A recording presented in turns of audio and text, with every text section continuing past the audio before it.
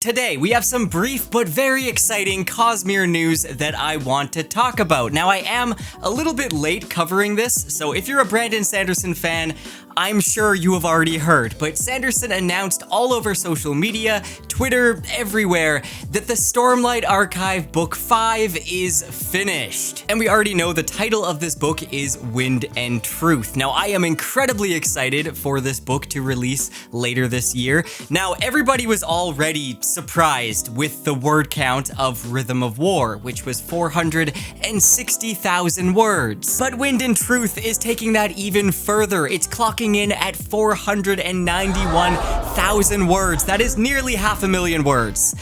That is insane. Now remember, the Stormlight Archive is going to be 10 books in total, which is going to be split into 5 book arcs, so this 5th book is ending the first arc. But imagine 10 of these massive books on your bookshelf. I feel like Sanderson's gonna have some lawsuits on his hands with how many bookshelves are gonna be broken. Either our bookshelves are gonna break, or everyone's just gonna have to buy new bookshelves in order to make room for all the Sanderson books. Maybe Dragonsteel should release like a Sander shelf.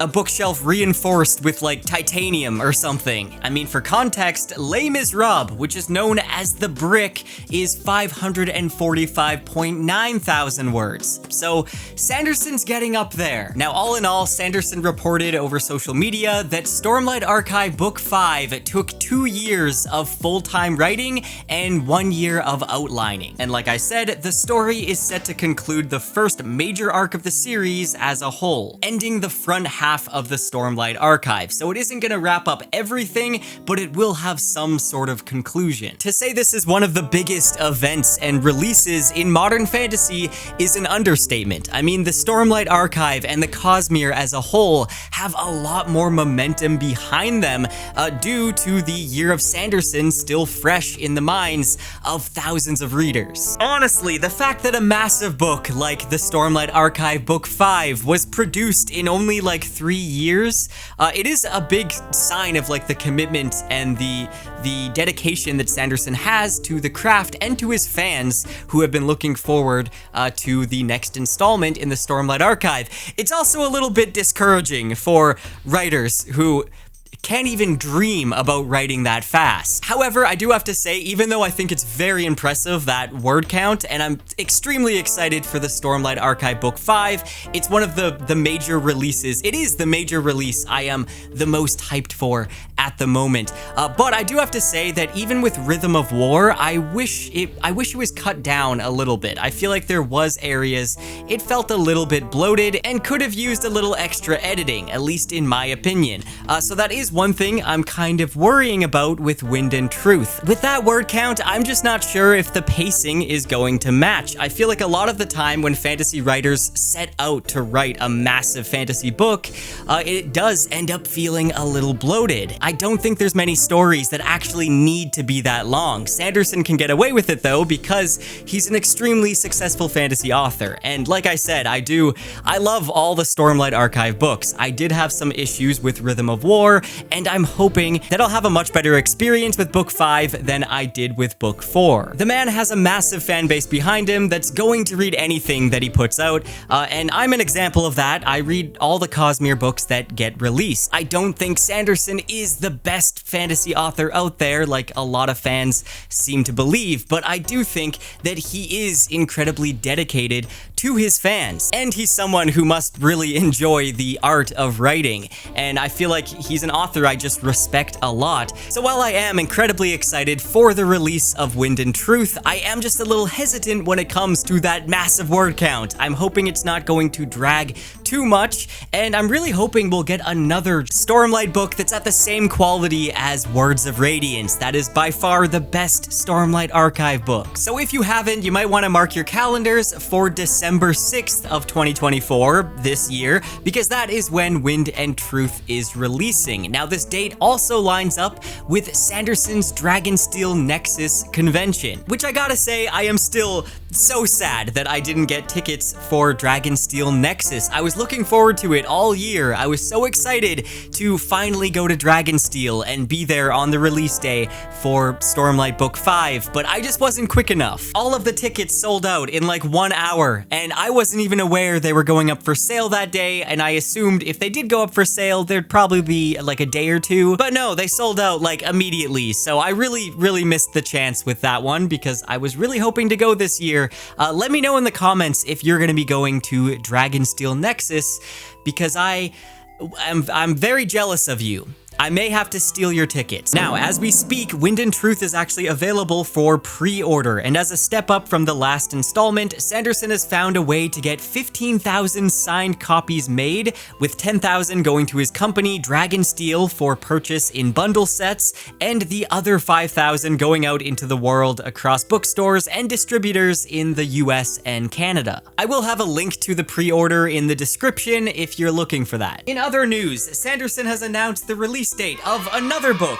Somehow unsurprisingly, both the cover and the release date for the most boring book ever, illustrated by Kazu Kibuishi, has been announced. Now, Kazu Kibuishi is the illustrator and creator of the Amulet graphic novels, which I was a big fan of growing up, so that is really awesome to see that collaboration with Sanderson. Also, apparently Sanderson's kids are huge Amulet fans, so that's just really exciting to see them working together, and the most boring book ever just seems like such an interesting concept. I'm really excited to see what exactly we're gonna see with this book. I know Sanderson has described that the illustrations do not match the words. So somehow the narrative is going to be kind of boring, but then the artwork is gonna be like crazy. I don't really know. I don't know how it's gonna turn out, but I'm very excited for it. Sanderson has been pretty successful with his middle grade series like Alcatraz versus the Evil Librarians and The Rhythmatist, and I always find it so fun when an adult fantasy writer kind of breaks out of their comfort zone and writes